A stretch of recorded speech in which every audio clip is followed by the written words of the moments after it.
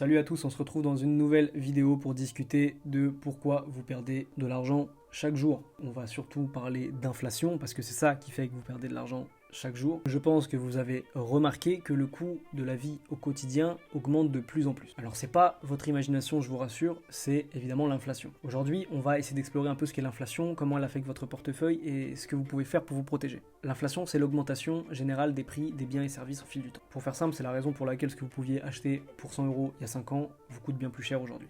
À titre d'exemple, il y a 10 ans, vous pouviez gagner 2000 € par mois et cela suffisait amplement pour vous payer vos loyers, vos courses et mettre de l'argent de côté. Aujourd'hui, même si votre salaire a augmenté à 2500 € par mois, vous pourriez avoir du mal à joindre les deux bouts parce que le prix des biens et services ont augmenté plus vite que votre salaire, tout simplement. Regardez ce graphique, il montre l'évolution de l'inflation au fil des ans. Vous pouvez voir comment les prix ont augmenté, comment cela a érodé le pouvoir d'achat au fil du temps. L'inflation, elle ne se contente pas seulement de rendre les choses plus chères, elle affecte également les économies. Si vous gardez 1000 € sous votre matelas, dans 10 ans, ces 1000 € n'auront plus la même valeur, ils ne pourront même plus acheter autant de biens et de services qu'aujourd'hui. Supposons que vous ayez économisé 10 000 € dans un compte qui ne rapporte aucun intérêt, avec une inflation annuelle de 3%, votre pouvoir d'achat diminue chaque année. Dans 10 ans, vos 10 000 € auront un pouvoir d'achat équivalent à seulement 7 440 €. Alors comment on fait pour se protéger de l'inflation concrètement? La première stratégie, elle consiste à investir dans des actifs qui ont historiquement surpassé l'inflation, comme l'immobilier, les actions. Par exemple, si vous aviez investi 10 000 € en cash dans le S&P 500 il y a 10 ans, cette somme vaudrait beaucoup plus aujourd'hui. Voici un graphique de la performance du S&P 500 au cours des dernières années. Vous pouvez voir qu'il y a une croissance significative bien au-delà de l'inflation. Donc en conclusion, l'inflation, c'est un phénomène inévitable qui affecte la valeur de votre argent au fil du temps. Mais en comprenant comment ça fonctionne et en prenant des mesures pour vous en protéger, vous pouvez préserver et même augmenter votre pouvoir d'achat. Typiquement, en ce moment, on est dans une de ces périodes où tout semble devenir plus cher. Les emplois se font de plus en plus rares et l'économie semble au point mort. Autrement dit, on approche de ce qu'on pourrait appeler une récession. Alors on va voir ce qu'est une récession, comment ça affecte votre argent et aussi ce que vous pouvez faire pour vous en protéger. Alors une récession, c'est un peu plus compliqué. C'est une période de déclin économique temporaire, généralement identifiée par une baisse du produit intérieur brut pendant 2 à 3 trimestres consécutifs. Mais qu'est-ce que ça signifie vraiment à l'échelle individuelle? Pour un propriétaire d'entreprise, par exemple, une récession, ça signifie moins de clients parce que les gens vont moins dépenser, donc ça va faire chuter les ventes de certaines entreprises qui elles-mêmes vont aller licencier du coup des employés pour garder une situation financière stable,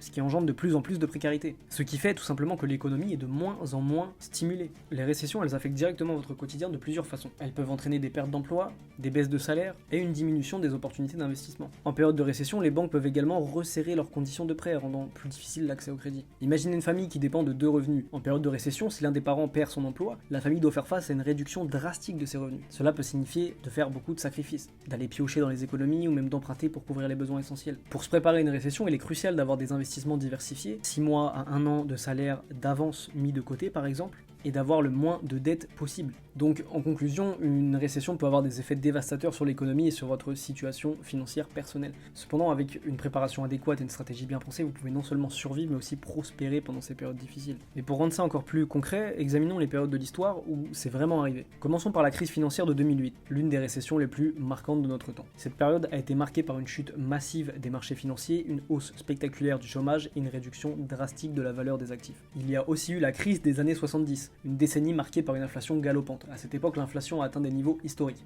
réduisant considérablement le pouvoir d'achat. Regardez ce graphique qui montre l'inflation pendant les années 70. On est sur des chiffres d'inflation complètement ahurissants. La leçon à tirer de cette période est que laisser son argent dans des comptes d'investissement à faible rendement, comme le livret A, etc., peuvent être dangereux. Des investissements dans des ETF ou des actions qui surpasseraient l'inflation sont évidemment préférables afin d'offrir une meilleure protection de votre argent. Enfin, terminons par la fameuse crise du Covid-19 en 2020. Pandémie mondiale, récession très rapide, très brutale, des milliers de personnes qui perdent leur emploi, des milliers d'entreprises qui ferment leurs portes, les actions qui chutent de tous les côtés dans tous les secteurs, à part certaines actions dans des secteurs technologiques ou pharmaceutiques. Autrement dit, il y a toujours moyen de s'en sortir pendant ces périodes, et c'est pas parce que vous mangez des moins 60% sur votre portefeuille que ça va durer. Ceux qui ont commencé à investir pendant la période du Covid-19 ont aujourd'hui de belles plus-values, je pense, sur leur portefeuille. Malheureusement, je n'étais pas encore investi à ce moment-là. Le tout pour se protéger de tout ça, c'est de savoir comment l'inflation, les récessions, même l'hyperflation, etc. fonctionnent. Comprendre les risques qu'on prend et ce qu'on va pouvoir mettre en place pour les gérer. Évidemment, la diversification joue un grand rôle là-dedans. Et il reste toujours plus intéressant